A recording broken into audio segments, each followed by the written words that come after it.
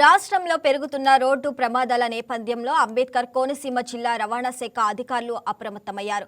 ఉన్నతాధికారుల ఆదేశాల మేరకు జిల్లాలోని ప్రైవేటు విద్యాసంస్థల బస్సులను తనిఖీ చేస్తున్నారు. నిబంధనలు ఉల్లంఘించిన వాహనాలకు నోటీసులు జారీ చేస్తూ డ్రైవర్లు, విద్యార్థులకు రోడ్డు భద్రతపై అవగాహన కార్యక్రమాలు నిర్వహిస్తున్నారు. జిల్లా నుండి ఇతర రాష్ట్రాలకు వెళుతూ నిబంధనలు పాటించని 10 బస్సులను సీజ్ చేశామని చెబుతున్న మోటార్ వెహికల్ ఇన్స్పెక్టర్ రవికుమార్తో మా YK TV special correspondent Venkat face to face. Amalapuram డివిజన్లోని పలు ప్రైవేటు పాఠశాలలో ఉన్న బస్సులను రవాణా శాఖ అధికారి తనిఖీ చేస్తున్నారు. ప్రస్తుతం మనతో పాటు ఎవరైతే బ్రేక్ ఇన్స్పెక్టర్ రవికుమార్ ఉన్నారో ఆయనతో మాట్లాడే ప్రయత్నం చేద్దాం. చెప్పండి సార్, జిల్లాలకు సంబంధించి ఎన్ని ప్రైవేట్ బస్సులు ఉన్నాయి, వీటన్నిటికీ అనుమతులు ఉన్నాయా లేదా? మనకి జిల్లాలో అయితే మనకి 800 వరకు ఉన్నాయండి. మనకి ఈ డివిజన్లో అమలాపురం డివిజన్లో అయితే 350 బస్సుల వరకు ఉన్నాయండి. అందులో మేము ఈ వారం రోజులుగా మా ట్రాన్స్పోర్ట్ కమిషనర్ ఆదేశాల మేరకు మేము డైలీ ప్రతిరోజు కూడా ఒక 30-40 బస్సులు ఇన్స్పెక్ట్ చేయడం, వాటిల్లో ఓకే అయినట్లకేమో ఓకే సర్టిఫికేట్ ఇవ్వడం, ఒకవేళ చిన్న చిన్న లోపాలు ఏమైనా గుర్తిస్తే వాటిని రెక్టిఫై చేసుకోమని చెప్పేసి నోటీసులు ఇష్యూ చేయడం జరుగుతుందండి. తరచూ మనం ఇటీవల చూసాం, చాలా ప్రమాదాలు జరిగినాయి, బస్సు ప్రమాదాలు, చాలామంది ప్రాణాలు కూడా కోల్పోయారు. అటువంటి పరిస్థితుల్లో అమలాపురం నుంచి హైదరాబాద్ కానీ ఇతర రాష్ట్రాలకు కానీ చాలా బస్సులు వెళ్తున్నాయి. వాటిపై ఎటువంటి చర్యలు తీసుకుంటున్నారు, ఎటువంటి నిఘా పెట్టారు? వాటిలో కూడా మనకి యానం నుంచి వయా అమలాపురం హైదరాబాద్ ఏరియా తిరిగే బస్సులు 22 వరకు ఉన్నాయండి మనకి. అందులో మేము లోపాలను గుర్తించి 10 బస్సులు అయితే సీజ్ చేయడం జరిగిందండి. సీజ్ చేసాం. అందులో ఉన్న లోపాలను కూడా సరి చేసుకున్న తర్వాతే వాటిని రిలీజ్ చేయడం జరిగిందండి.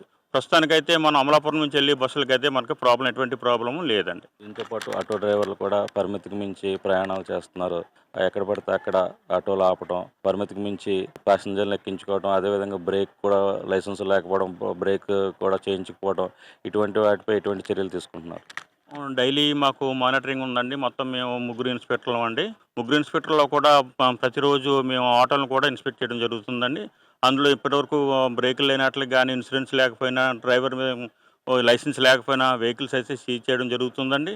ప్రతిరోజు కూడా ఈ డ్రైవ్ కొనసాగిస్తున్నాం కూడానండి. అలాగే మన జిల్లాకు సంబంధించి ప్రైవేట్ స్కూల్లో చాలా బస్సులు నడుపుతున్నారు. వారందరికీ కూడా ఏమైనా అవగాహన కార్యక్రమాలు నిర్వహిస్తున్నారా, లేదా శిక్షణ ఏమైనా చర్యలు తీసుకుంటున్నారు?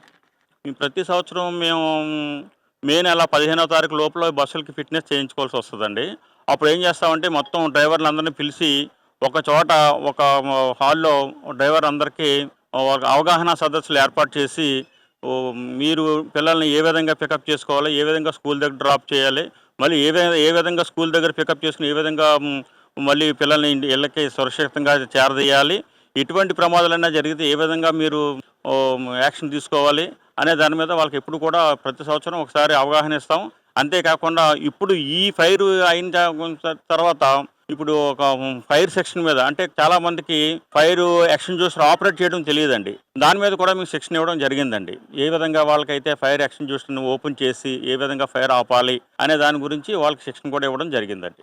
అంబేద్కర్ కోనసీమ జిల్లాకు సంబంధించి 8 డివిజన్లో కూడా ప్రతి స్కూల్లో ఉన్నటువంటి బస్సులను చెక్ చేయడంతో పాటు అక్కడ ఉన్నటువంటి డ్రైవర్లు ఎవరైతే ఉన్నారో వారందరికీ కూడా బస్సు ప్రమాదాలు జరిగేటప్పుడు ఎటువంటి జాగ్రత్తలు తీసుకోవాలి, అదేవిధంగా విద్యార్థులు ఎలా ఉండాలి, అక్కడ ప్రమాదం జరిగినప్పుడు విండోస్ కానీ అదేవిధంగా ఫైర్ యాక్షన్స్లు కానీ ఏవి కూడా బయటపడేందుకు అనేక మార్గాలు ఉంటాయి. దానికి సంబంధించి కూడా డ్రైవర్లతో పాటు విద్యార్థులకు కూడా అవగాహన కార్యక్రమాలు నిర్వహిస్తున్నామని చెప్తున్నారు. అదేవిధంగా దూర ప్రాంతాలకు వెళ్ళే బస్సులు సుమారు 10 బస్సుల్ని సీజ్ చేశామని కూడా చెప్తున్న పరిస్థితి అయితే ఉంది.